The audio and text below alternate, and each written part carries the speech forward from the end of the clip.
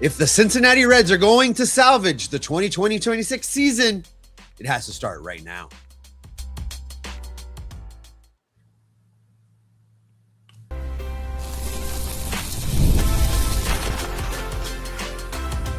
You are Locked On Reds, your daily Cincinnati Reds podcast, part of the Locked On Podcast Network, your team every day.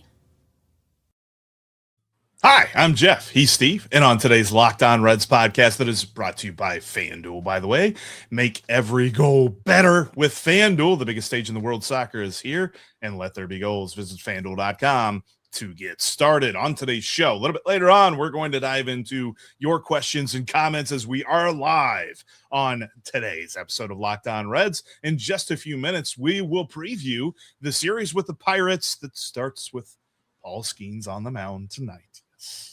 We know what that means. But we will begin with how the Reds could even dare to salvage this season, as it has gone off the rails in ways that neither of us expected.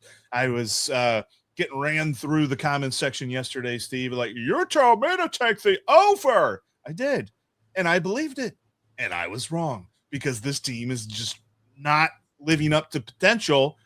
But there's still time left, as we are, right around the halfway point of the season, albeit that time is dwindling.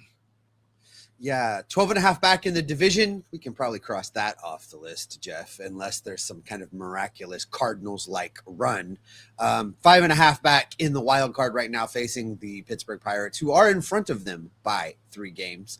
So this series coming up, and we'll get into the Pirate series here in just a little bit, it means everything. Basically, if the Reds are going to salvage this season, they have to start winning against everybody. They really pretty much have to win every series, including let's call it a must win, and including against the Brewers. They just have to win. So they're on a road trip next couple series, Jeff. They've got to win. What do we think? 4, 5 out of 7 minimum to, 4 to minimum. Remain relevant. And so that's kind of where things are. It centers on the winning, and it might be too little, too late. I mean, they are really just hanging on by the skin of their teeth to remain in this. If they go and get swept by the Pirates, that's going to put them somewhere in the neighborhood of 8 games back in the wild card, and that really just feels pretty unobtainable at that point. Yeah, it kind of feels like 4 out of 7 of these next road games just sort of keeps you afloat. I know we've heard that a lot this season, and we're all tired of it. We need to see them thrive. But when it comes to looking at these series as a whole, the Reds took 2 out of 3 against the Yankees. They took 2 out of 3 against the Mets, and we're like, okay, you're starting to get the wheels turning. And then they just took the wheels off the bearings, threw them out into the yard, and got swept by the Brewers. So they've got to figure things out again. And it feels like 2 out of 3 against the Pirates is the minimum, and splitting the series with Milwaukee is the minimum as well. And you know what they'll do? If they win 4 out of the next 7 games, Steve, they will have won 200% more division games than they currently have right now. That's how bad this series has got. The season has gotten, is that they're 2-16 against the division. And they need, I feel like it's easy to say they need Sal, they need Elly to just start going off. But it feels like this lineup, if they don't do it, it doesn't get done. Yeah, there's a lot of folks that really need to go. It is time for Gino to turn it on. If he's got it in there somewhere, it is time for him to turn it on. If Noelvi Marte is going to figure out how to hit in the big leagues, now is the time for him to figure out how to hit in the big leagues. If Matt McLain, the center fielder, is going to figure out how to stay on this team, he's going to have to start hitting the ball. And, let's hope JJ Bleday continues to go, because either it helps this team win and remain relevant, or it raises his stock value so that they can flip him for something nice. But these guys are going to have to go. I think Dane Myers the other day was a one-off as far as how he was playing. He's been pretty good on the year. But, the problem with this team has been the problem with this team for, it feels like, since my childhood. Everybody doesn't go at the same time. It's like one guy goes and stops and the other guy goes and stops, and they continue on in that circle, and they never quite are able to put it together. And this team is out of that luxury now, Jeff. They've got to figure out a way to kind of turn it on. And, is it in there? I think it's in there. We thought it was in there for sure in the offseason when we were getting ready to start the season. But if it's in there, it needs to happen now. The time for messing around is over. Yeah, the good news is the pitching matchups from the Reds side of things with this Pirates series are very nice. You have Abbott going tonight, you have Chase Burns going tomorrow, and you have Brady Singer, who has been pitching really well lately, going on Sunday. And I'm starting to believe, again, that when Brady Singer is on the mound, he's going to give the Reds a good shot to win. The thing of it is can this lineup support them at all in any capacity? And they're facing Paul Skeens tonight, which Paul Skeens in Pittsburgh, all bets are off as to what exactly you're going to do against him. So it's hard for me to say I feel good about tonight's game. But they do have Jared Jones, who in his most recent start failed to go 4 innings. And they have Mitch Keller on Sunday, who has been good.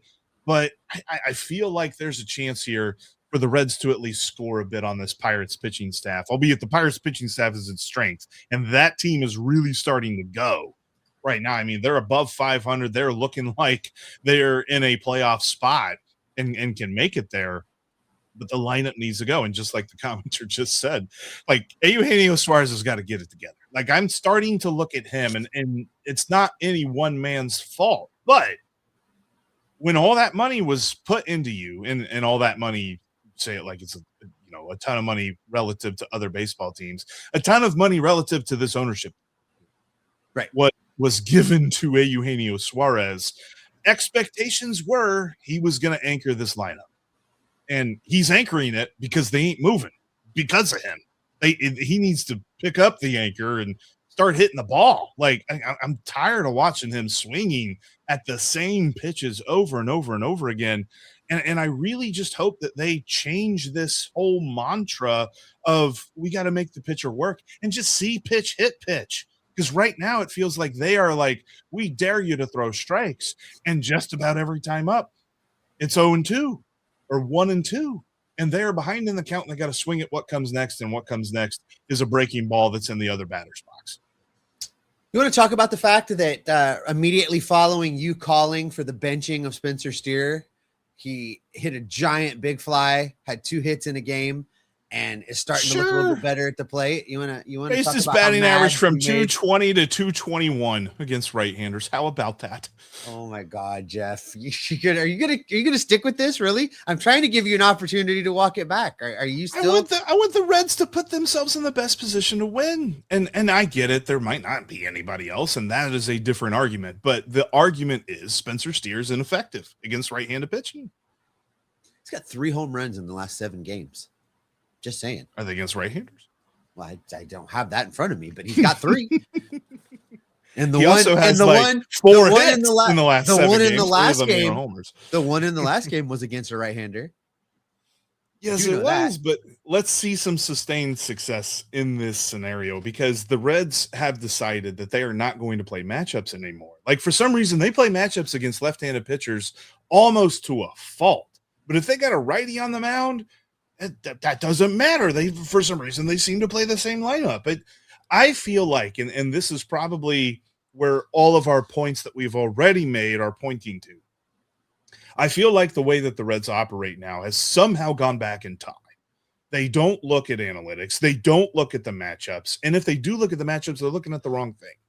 Because the way that they are building their lineups and the way that they are operating in the pitch-to-pitch strategies when they're at the bat is just antiquated. And they have got to stop it. So Alan here saying in the chat, Jeff, he says the starters are not doing their work researching the upcoming pitcher. The hitters have no clue as to what is coming. It does feel like that a lot. These at-bats, there have been some very bad at-bats from this lineup over the last several weeks. You watch some of these guys in the batter's box. I said this about Noelvi Marte the other day when Tim was on with us. He just looks like he's never been in a big league batter's box before. It's right. I don't know what happened where they just forgot how to play at the big league level. And it's a little confounding.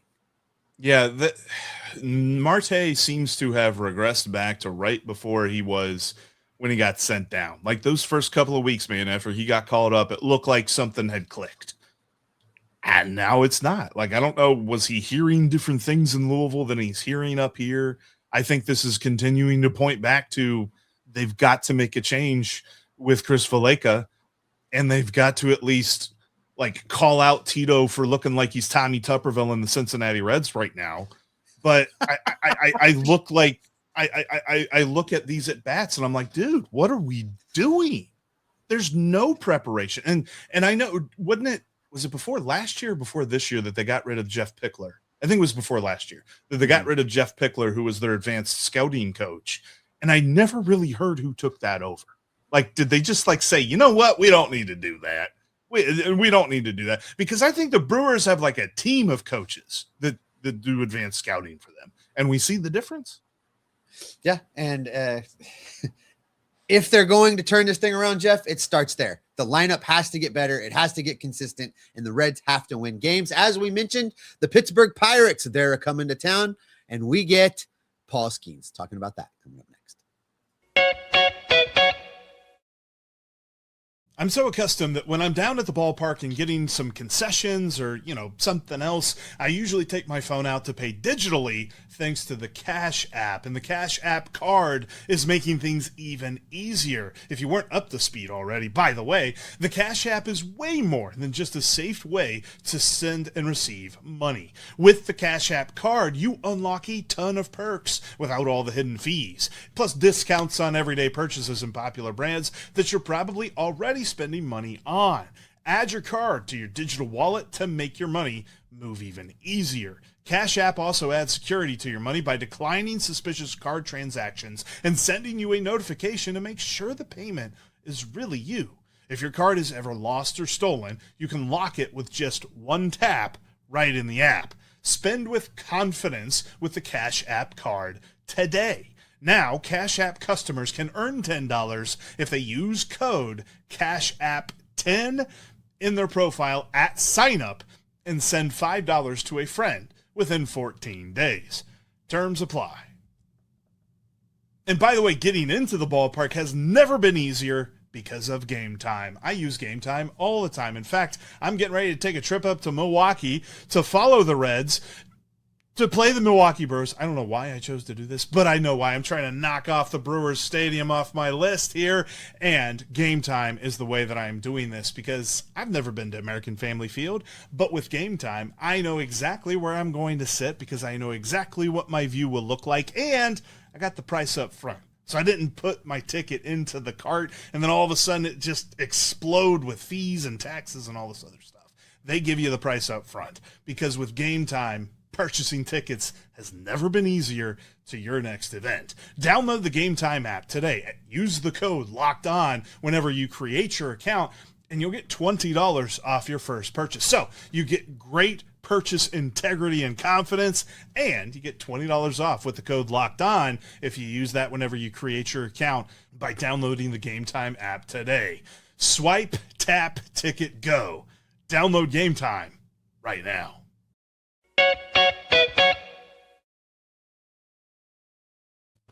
You already live this team every single day. Elevate your game. Go ads-free with ads-free Locked On Reds in the Everydayer Club. LockedOnPodcast.com/Everydayer. Ad-free Locked On Reds in the audio feed, plus access to the exclusive Discord server where every single host is talking from every single show all the time. Lots of stuff to do over there. The link is down in the show description.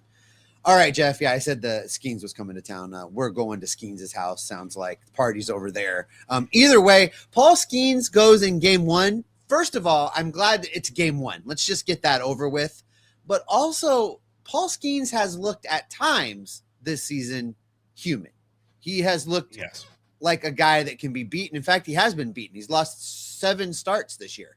So there is an ability to beat him, but it all centers back to that lineup conversation and how they're going to match up with him and how they're going to make him work, because they can't go up there and just watch strikes go down the middle like they've been doing and then wait for that last breaking ball that's out of the zone to swing at. That's kind of been the MO of the hitters, and they cannot do that against Paul Skeens. No, and he at least in the last couple of starts against the Reds, he pitches backwards because, he's got that one pitch that's not quite a splitter, not quite a sinker. They call it a splinker or something like that. But he also has a nice breaking ball and an amazing fastball to boot. He doesn't start with the fastball. And it feels like we've seen guys go up into the batter's box and be like, here comes the fastball. Nope. And then all of a sudden they're swinging out of their shoes at a slider that's already broken like 6 inches below where they're swinging. Because they're trying to guess. I don't know what the mandate is whenever a Reds hitter steps into the box against Paul Skeens. I know what it is for other teams. Other teams, guys are going in aggressive. With the Reds, it almost seems as though they are forcing him to throw more pitches. And you can't do that. You can foul pitches off, sure, but he is not a guy that throws pitches outside the zone very often. I mean, he is right now in this season has a 5.94. So literally almost a 6 strikeouts to walk ratio. He does not walk people. So stop trying to make him, because he's going to throw strikes. And if you leave your bat on your shoulder, you're going to look foolish. Yeah. Who had Braxton Ashcraft as the Pirates leader in WAR heading to the halfway point through the season? I don't think anybody had that. Everybody had Paul Skeens. And yet here we are, Ashcraft with that's Braxton Ashcraft with 2.7 in WAR, Paul Skeens 2.3. Yeah, it's crazy to see how he has really taken up the second ace spot for the Pirates, because honestly, the guy who was pitching on Saturday for the Pirates was supposed to be that guy. Whenever he was called up in 2024, Jared Jones was labeled as like the next dude. Like is Paul Skeens 1, Jared Jones 2. He's been anything but. Injuries have been a huge part of his story. But even now that he is healthy, he has come back. His last 5 starts, Steve, he's only gone more than 4 innings twice. And one of those times he went 4 1/3. So it's like, congrats. And then the other time was 5 innings. So expect the Pirates bullpen to be busy on Saturday, so long as the Reds don't, do what they did against the Brewers pitchers and make even guys who are just coming off the injured list feel good about themselves. Yeah, Jared Jones is very beatable, by the way. 5.75 ERA. You look at his walks, he's walking like 3.5 guys per 9. I think he's at 3.5. Strikeouts per 9, fairly low at 9.3 for a starter. So the Reds can win that game. So for me, if they can go out and catch lightning in a bottle and get to Skeens in tonight's game, if they can get that done and find some kind of a way to beat him up a little bit and score some runs, it could set the tone for the next week. It really all starts tonight, because that game against Jones is winnable and the game on Sunday is winnable. So, I said the other day, what they were going to do was get swept by the Brewers and then go sweep the Pirates to just kind of mess with our heads. If you look at the way this series plays out, you have to squint a little bit. I mean, you have to squint, but they could sweep the Pirates. It could happen.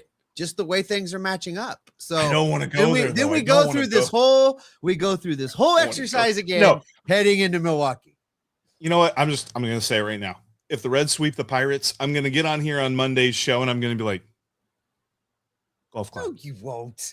No, I will. We're not going to do this thing where I go crazy after they sweep the Pirates, because first of all, it's going to take them beating Paul Skeens to do that. But also, like, we keep seeing this where it's like they're up, down, they're up, they're down, and they're just ridiculous swings. We need to see some kind of consistency. It starts this weekend, but I'm not going to celebrate consistency if this happens. Like, I'm going to be happy. I will, but I'm going to be measuredly happy, Steve. I want to put that out there because, yes, I'm going to say a double-edged statement here.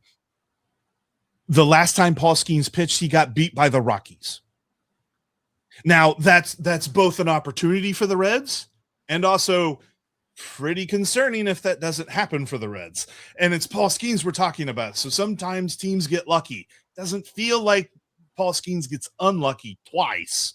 So I have concerns about tonight's game because I feel like they're going to lose this one, which means they got to win the next 2. And they've got a really bad track record of winning series finales during the Terry Francona era.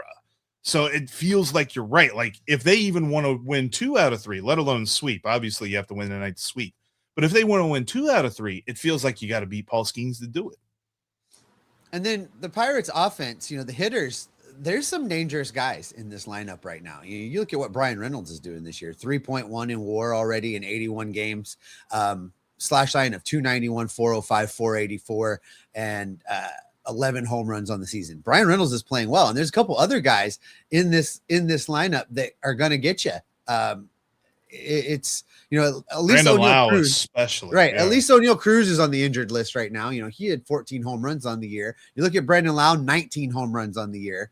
The Pirates have done some things. They have played a lot better than I think you and I had hoped they were going to play. Our guy Gary over there, is probably a little happy with how some of these guys have showed out. But this lineup's not a gimme, is what I'm trying to say. Right. No, and the Reds are catching them at the right time. This is one of those when you play, who you play situations, at least when it comes to the Pirates lineup, because they also just put Spencer Horowitz on the IL. As of right now, the Reds will not see Spencer Horowitz or O'Neal Cruz. I know that Connor Griffin is currently on a rehab stint. I don't know if he's going to get activated during this series. That is a possibility. So that could bring back some strength there. They've been seeing a lot more playing time for Jake Mangum, who has had some moments, but he's not been like consistently a threat to get going, but he's looked pretty good in replacement of O'Neal Cruz, at least for the short term. And then we know what Ryan O'Hearn can do. Ryan O'Hearn has already had a couple of good games against the Reds so far this season, albeit he's not got the best WAR this year, but I really don't feel like the WAR is indicative of who he is as a player, given that he's got a 119 OPS plus. I think the WAR for Ryan O'Hearn is very stymied because of his defense. So, and then the other part of this, just as the commenter just said, Brian Reynolds is Christian Yelich, albeit if there's anything that we can take away and smile about the Brewers series, I know there's not a lot. Christian Yelich didn't do the damage. So that was kind of nice. So maybe they can do that with Brian Reynolds too, but I agree with the commenter. You got to pitch Brian Reynolds like super carefully. Yeah, well, Jeff, I know this much. It's about to be time for our favorite part of the show. The Pirates and Reds go tonight. Reds have to win this series, and I think the people have some things to say. Your questions, your comments, coming up next. FanDuel.com has you covered with all of the biggest action throughout the World Cup, because every goal pays over on FanDuel. Whenever you wager on a match, whether that's America, Scotland, Netherlands. I'm just trying to think of the guys with the vibes on the best vibes on TikTok, and obviously America for plenty of reasons. But if you wager on a match, every time every team scores, you get a bonus bet. That's all over at FanDuel. You just activate the token inside your profile. Go to FanDuel.com to check that out right now. Plus, you can use those bonus bets on baseball, like the Reds. As they get their series started with the Pirates tonight, they're plus 160 to win because Paul Skeens is on the mound for the Pirates in Pittsburgh. Yep, going to be a tough one there. Andrew Abbott on the mound, though, so, over-under is 7.5, and I'm thinking about the under on that one. I don't know, maybe I'm a little bit wishful thinking there to believe that Andrew Abbott can go pitch for pitch with Paul Skeens, but hey, maybe. That's kind of how we're feeling about the Reds, right? Maybe. And maybe you can get your payout over on well, you will get your payout if you pick the winning bet. That's all over at FanDuel.com. And look, guys don't like talking about health stuff, and nobody wants to admit that erectile dysfunction is way more common than most guys think, and millions of men deal with it at some point in their lives. HIMS offers a simple, convenient way to take care of your health by connecting you with licensed healthcare providers online and giving you access to personalized treatment options from the comfort of home. No awkward appointments, no pharmacy lines, just a straightforward process designed to make getting care easier. To get simple online access to personalized, affordable ED healthcare, and also weight loss and hair loss and so much more that you can take care of, it's over at hims.com/LockedOnMLB. That's hims.com/LockedOnMLB for your free online visit. HIMS.com/LOCKEDONMLB. Prescription required. See website for details and important safety information. Sildenafil is the generic version of Viagra. Viagra is a registered trademark of Viatris Specialty LLC. Hims is not affiliated with or endorsed by Viatris.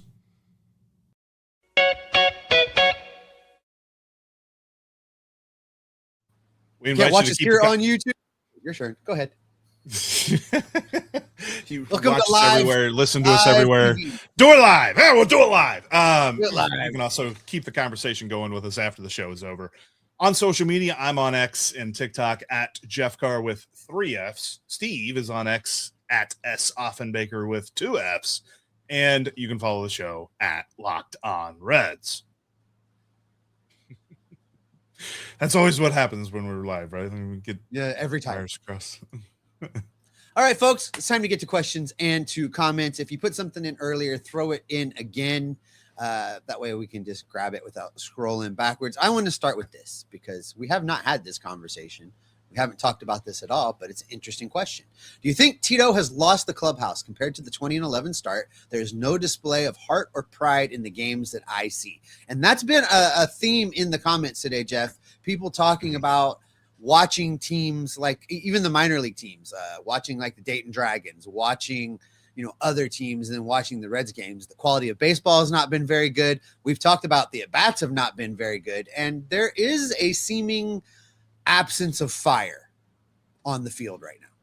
I believe that. I think that Tito is one of those managers that really tries to not outsource the clubhouse vibes, but I think he tries to empower his players to control that.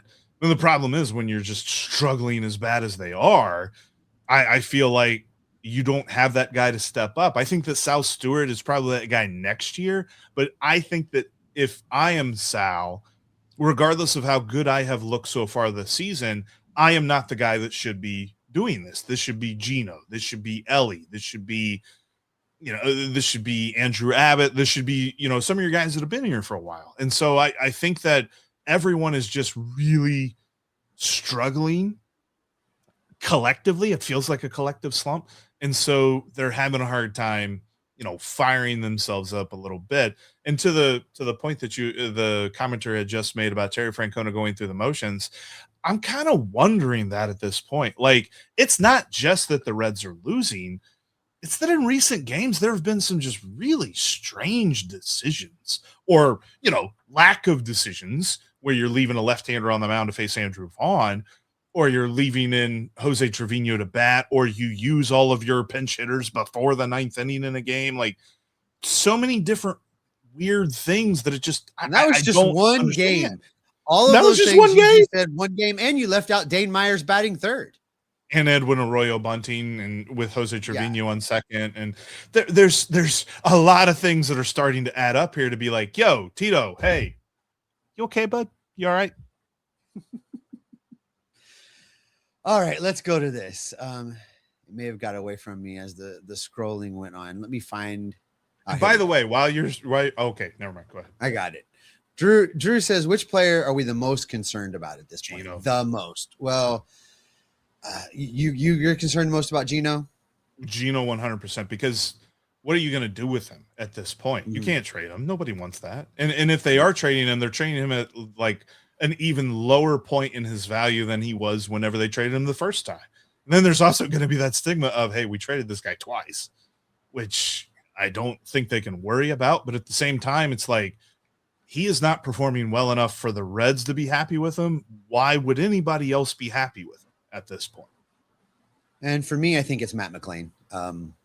I've reached a point where, I don't know. That part is there's a battle for that. But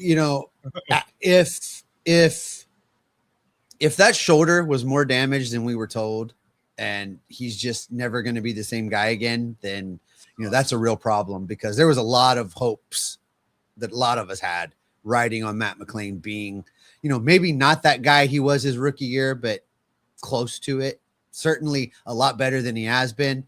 And, I'm starting to wonder if that guy's just gone forever. And there's enough of a sample size now to say this might just be who he is. And that guy's not good enough to continue to play every day at the major leagues. That's why, I kind of love the novelty of working him out in center field, but that's kind of why I chuckle at it a little bit, is that it's just like, okay, so we're going to have a center fielder that hits 200. We already have a second baseman that hits 200. Like, we want to move that guy out into a more premium position? Because it feels like Blake Dunn and Dane Myers, albeit his last game notwithstanding, have done a very nice job out there. So why does Matt McClain need to play out there? This is a sentiment that I've been seeing, and our buddy, friend of the show, Lance McAllister, had a post on this just the other day. Reds fans of a certain age have not experienced winning with this team at all. And as the post says, as a Reds fan born in 1999, I've never seen them even win a playoff series. Will it ever get better? I've seen posts calling Reds fans, the lost generation of fans, anybody that was born 1990 or beyond, or 1999 or beyond. At least for folks my age, we got the 1990 World Series. We've seen this team win. But there are a lot of Reds fans out there. The Reds fans that are currently raising families and bringing up kids, the ones that would be creating the next generation of Reds fans, they're not going to games. They're not invested in this team at all, and they've never seen this team win. And that falls squarely in the lap of the dudes named Castellini, the guys that come to town and promise championship baseball and never delivered upon it. And it's concerning that, we've reached this point with the fandom. It's going to be hard to get those guys back. Well, and as Chunky Salsa 54 pointed out, he was born in 1999. He doesn't remember them winning playoff series. I was born in 1989, and I don't remember them winning playoff series, because here's the thing. I subscribe to our friend Sully's theory over at Locked On MLB. Sully has what he calls the rule of 7. You don't remember anything before the age of 7 when it comes to baseball, or really a whole lot of things, unless you just had a really crazy memory from when you were a little kid. You probably don't remember it. And that is true for me, because I was a tiny little baby when they won in 1990, and I was 6 years old whenever they won in 1995. I don't really remember that team. I can go back and look at things about them, and I can remember different aspects about them. But my first memories of the Reds really getting going was 1999. And so I am in the same boat with Chunky Salsa, which is probably why a lot of folks – also, that is not a sentence I thought I'd ever say. Kudos to your username on that one. But a boat of Chunky Salsa actually sounds pretty good right now. But I'm sidetracked here. That's why a lot of folks are confused as to why I've been so positive about the Reds for so long, because I do think it can happen. And man, when it does, it's going to be so rewarding. And there's elements here. There are parts of a core of a team that can do it. We just need to get the right supporting cast in here, including the front office and the coaching staff, that's going to get them to that point. And I'm starting to believe that this iteration that we were trying to convince ourselves was going to work is not going to work. So I think that you can reset in this day and age when it comes to coaching staffs and front offices if you look to the right organizations. And if the Reds ownership staff that is so reticent, I'm trying to think of the word, they're afraid, or no, they're just unwilling. They're just unwilling to go outside the organization. But if they did that, go talk to somebody from the Brewers, go talk to somebody from the Rays, go talk to somebody from just upstate in Cleveland. You don't even have to leave the time zone to go talk to somebody who knows what they're doing, and go get one of those guys to lead this front office. I think that is really what's going to signal to me that they are moving in the right direction, because that's what the Rockies have done. The Rockies aren't working right now, but they got Paul DePodesta in their front office, and his time in Cleveland notwithstanding for the Browns, I still believe that he knows how to build a baseball team. And so when you get a guy like that in here, that's when we will really feel good about the future of this team and its ability to win a playoff series. Because you and I talked about this, and I think sometimes I still think we should record the show prep, because there's good stuff in the show prep. But I want to say we had a conversation that was in show prep and didn't make it to air, where talking about what that looks like, what it looks like the Reds getting a guy like that, because it's not going out. It's not the Reds really going out and getting somebody that's done it in 3 other cities, and they're bringing them here specifically to do a thing. for it to happen, and Mr. Salsa's question there, it's going to be, when does it get better? How does it get better? They're going to have to get lucky, and they're going to have to try. That's the first thing. And I think that's your point, Jeff. They're going to have to go outside the organization. They're going to actually have to try, but they're going to have to luck into something. They're going to have to stumble into Billy Beane circa Oakland A's in the beginning of Moneyball. They're going to have to stumble into, guys just figuring out how to get it done that haven't, who's the guy for the Cubs and the Red Sox? Theo Epstein. No, Theo Epstein. I'll tell you who I want. They're going to have to stumble into one of those guys before their big shots and be and get them in here and have them do their thing. Then, of course, they won't pay to keep them, but at least get them in here and get it done so that we can have some winning baseball around here. I'll tell you who I want, and I don't know how possible this is, but things are horrible in New York right now. They just fired their manager. They are, they're horrible. We've seen this. The Reds have beaten them in the season series. And honestly, the 2 games that the Mets won, it kind of felt like the Reds were like, you know what, whatever, we'll give you one. But I look at David Stearns as a guy that I don't know that he would be interested in coming here. That would be an interesting conversation to see if the Reds could lure him in to run the front office here. But he did it in Milwaukee. He tried to take what Milwaukee did and do it with more money in New York. And I just don't think those two mix. I think that there are small market GMs, president of baseball operation, PBO to shorten that.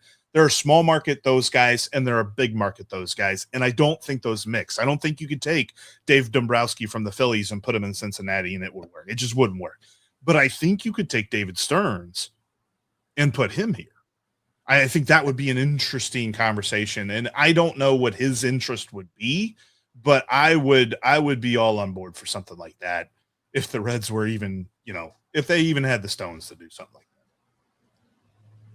Let's go to this from Johnny, because more and more we're seeing these things. Where's the players' pride? They have to start willing to win games. I don't see the effort from the players. You have to care if you want to win. It does feel like a disconnect. I mean, we keep looking at this, and I'm reluctant to call out guys like that because I don't know. We're not in the clubhouse every day about how things are going, but it certainly does feel like certainly an absence of fire. But have they truly checked out already? I would hate to think that 81 games in, they've already checked out completely. I don't buy that. I don't buy that for a couple of guys. I don't know that I buy it collectively. There's a couple of examples that you could kind of point to, like the most recent one being Noelvi Marte in the right field corner, just looking like he was going to get the ball when he got the ball. Like he didn't have any sense of urgency about it. But for the most part, I don't see that. And I think I've had conversations with other Locked On hosts about this, of how we as fans determine want to and determine the gusto that players have. And it's hitting. There's never been a point where we've said, boy, that pitcher just doesn't look like he cares, because every pitcher does. And it's very evident that that's the case. You can see it in the field with how guys react to balls, and you can see it at the plate with how they hit. And if guys aren't hitting, we inherently believe that they're not trying to hit, because we think that that's just possible if all they have is the want to do that. There is so much skill that is involved that I think that we underrate that sometimes. So I stop short. I'm with you. I stop short of saying that it feels like guys don't care, because I feel like they will go on a hot streak. Like, did they not care when they scored 5 runs late in the game on Wednesday? I don't buy that. I think it's annoying that they didn't score any more and that they left so many guys on base, but I don't think that was for a lack of want to. I think that's just a lack of skill, which definitely points Dane back Meyer, to what we talked about. Dane Meyer certainly cared. I don't know if you saw the picture of him after the game, but he was despondent. The rest of the team was in the clubhouse, and a lone, isolated Dane Myers was just sitting in the dugout by himself, clearly upset at how he had performed that day, between defensive errors or not so much errors, but balls he should have had that he didn't, and then grounding out into a double play. to kill the rally at the end of the game. He seemed to care. Yeah. All right, let's see here. Real quick, while you're looking for the next one, I do want to address something. I am wearing a Cincinnati shirt. It's not a Reds shirt, but Oktoberfest Cincinnati. So, still loving my city. It's just not loving my team right now. How about this? The Brewers win in the minor leagues. Until the last couple of years, the Reds didn't even compete in the minor leagues. And to the point, the minor leagues look pretty thin right now, Jeff. Well, Dayton's going to the playoffs. Well, that's a long way from home, sir. I know geographically it's not. It's only 45 minutes from here. Like the path to the big leagues is a long, winding road from Dayton, sir. Yeah, Alfredo Duno is not close to the majors, and Carter Graham and some guys down there that are really starting to play well. I'm definitely kind of earmarking them and seeing how their development goes as the next couple of years come along. But you're right, like Louisville right now, we are hearing more and more games where they are losing by double digits, and a lot of it has to do with the pitching staff walking people, which completely tracks because we call that guy up in a week or two, and then he does that at the major league level. But you're right. It feels like there's a gap right now. We have the major league talent that is currently playing in Cincinnati. We have some talent in the lower minors in Cincinnati and Daytona, and like Steele Hall is killing up the complex league, but he still has so long to go before we're even talking about him getting close to the major leagues. But there's nothing in between there. There's like nobody that I'm like, oh, this guy, wait for him. Like, can't wait for him next year. I don't have anybody circled right now that I'm like, that guy next year is just going to go off. And so that's kind of, I think, where everybody is concerned, is that the guys at AA who are good just got called up there, and the guys who are AAA just aren't that great. I was listening to an interview with TJ Friedel yesterday. I don't know if you caught this, but it was on Lance McAllister's show. He had the audio of an interview that Jim Kelch did with TJ Friedel down in Louisville. And TJ was talking about the team and talking about the guys and talking about the things he was doing to try and get back. But during the course of that, Lance made mention that there are 11 guys right now on the Louisville roster that have had time in the big leagues this year. And he ran through the list, and I'm like, that's a pretty good summarization of what is wrong in Cincinnati right now, that those 11 guys have had time in the big leagues this year. There is nobody down there that is going to come up and stick. They don't have one guy outside of maybe Hector Rodriguez that could come up and stick. Yeah, it feels like there's a lot of spots, not like a majority of the roster, but there's too much of the roster right now that the Reds rely on, whether that's bullpen, whether that's lineup, or the off day spot start kind of deal, where they are relying on a replacement level player at best. And that's what's, I think if you really want to boil it down to the simplest of terms of roster building, that's something that's got to stop. I thought it was. I really did on the pitching side coming into this season, and it's been anything but that. There's a comment that got away from me. I'm not going to go back and find it, but we'll do it. The question is, should they fire Valaika? Where is DJ? We talked about this the other day. Yes, they should fire Valaika, if for nothing more than to make us feel better.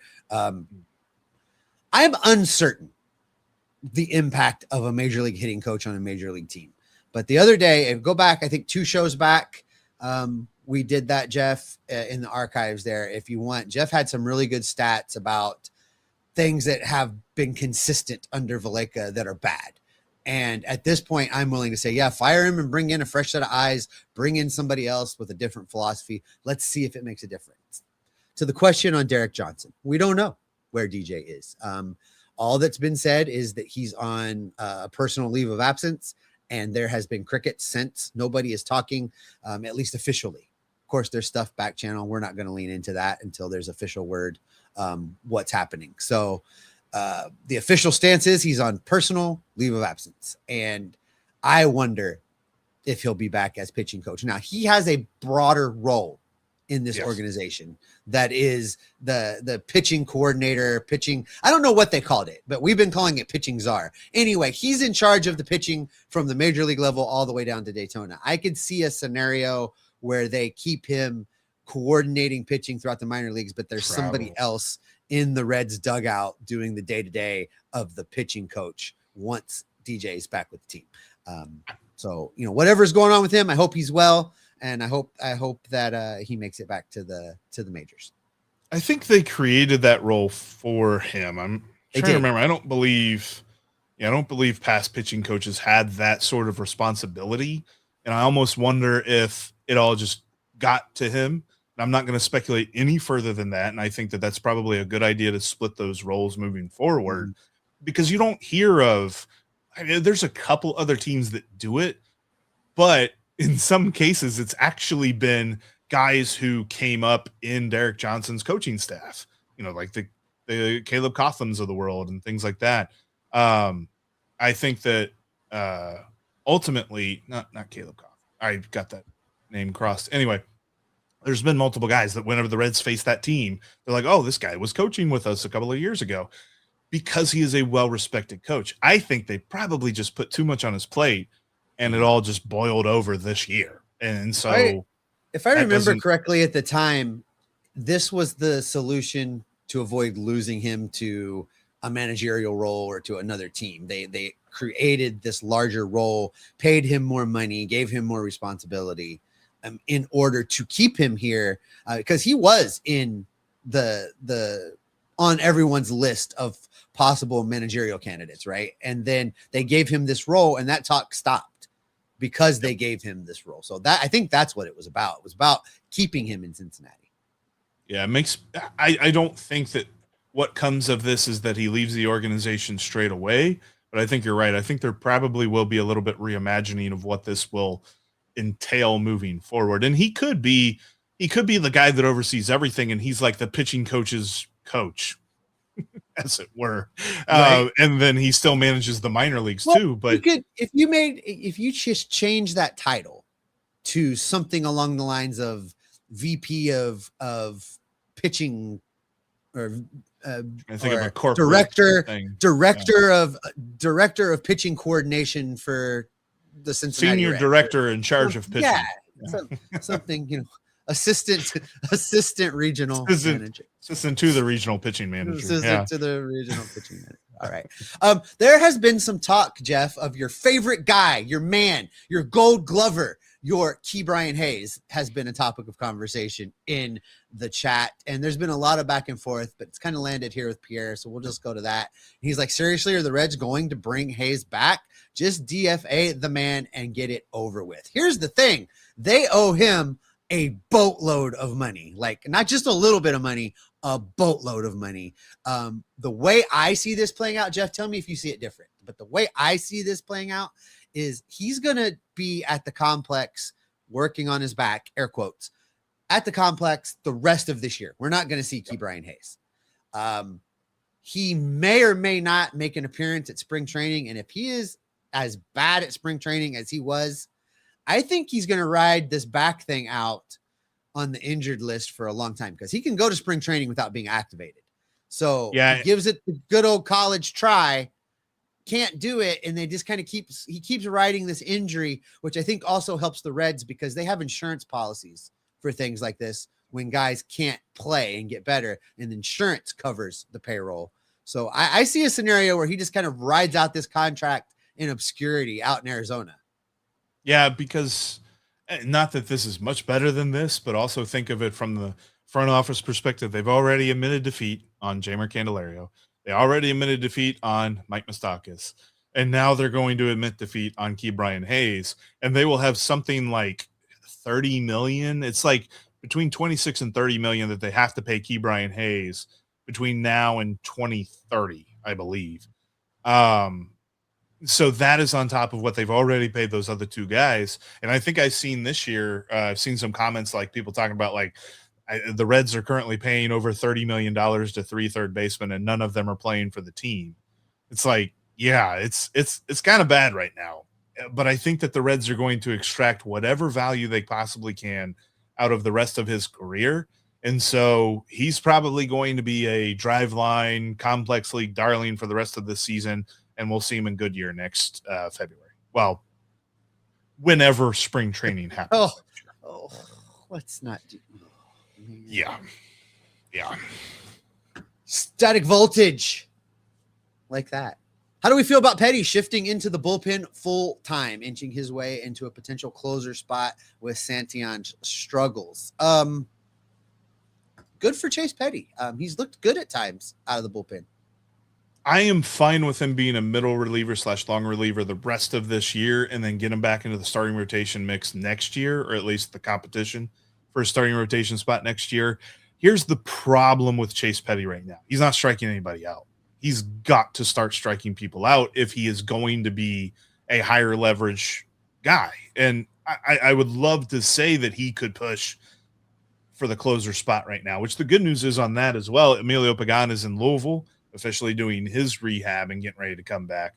But Chase Petty at the moment has been decent, but he has 3.9 strikeouts per 9. And the walks per 9 is fine.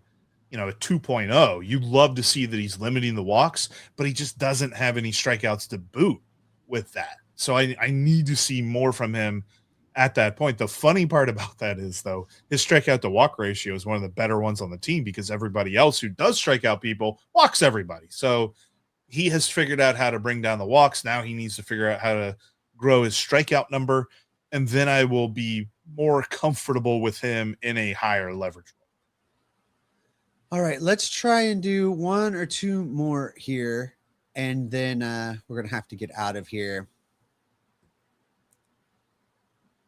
Yeah, that is the crazy thing with the bullpen right now. TJ Antone has the best strikeout to walk ratio at 3.3. Then you got Caleb Ferguson at 2.4. And then including Chase Petty, you have 4 guys at 2-1. Oh, Pierce Johnson at 2.75 strikeouts per 9, 2 3/4 strikeouts per walk. Sorry. How about, you brought up 2027, so here you go. Makes you wonder if baseball is mixed next season, 2027, due to the CBA, how it will affect every pitcher in 2028. There's going to be some real fallout, Jeff. For everybody watching, we had a long conversation about this just yesterday.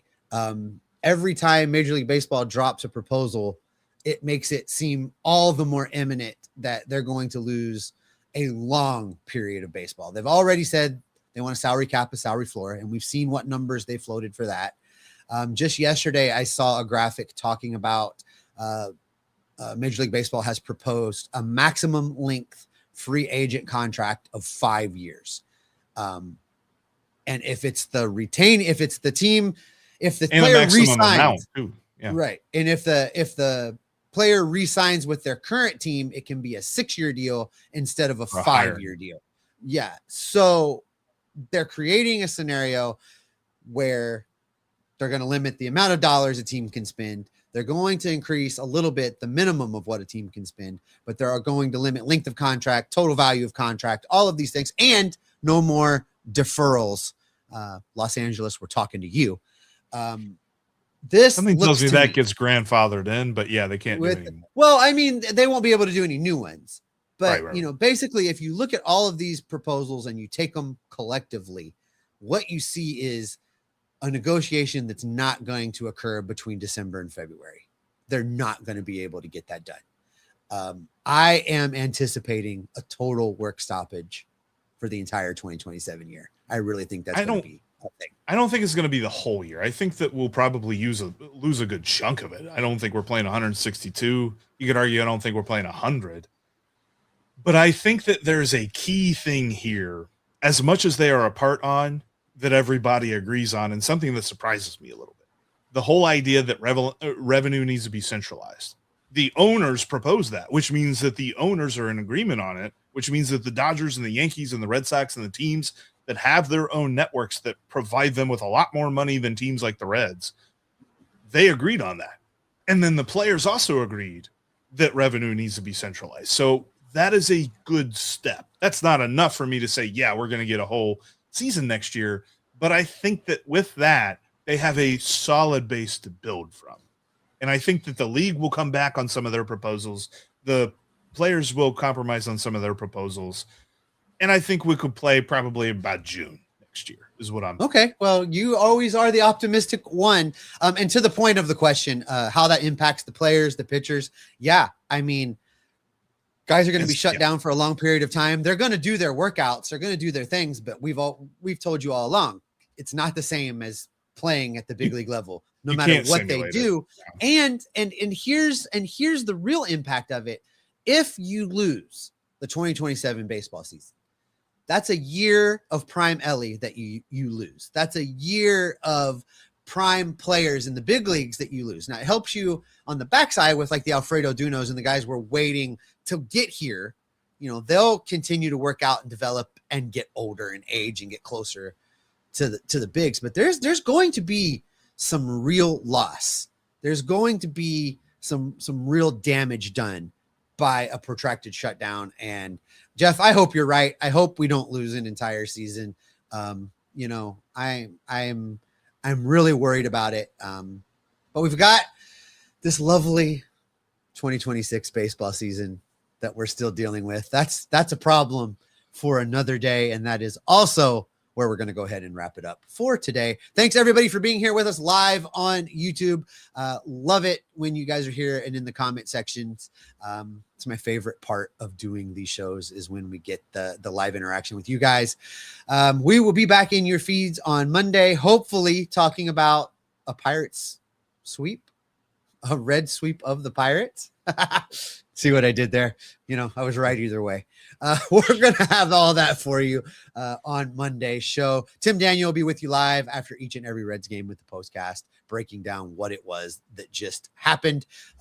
Click subscribe, click the notification bell, click the like button. For the audio folks, if you're listening later, make sure you're subscribed. We'll be back in your feeds Monday, gathering up the news, the notes, the rumors, the reports, and the information to keep you locked on Reds every single day. I'm going to get some chunky salsa now.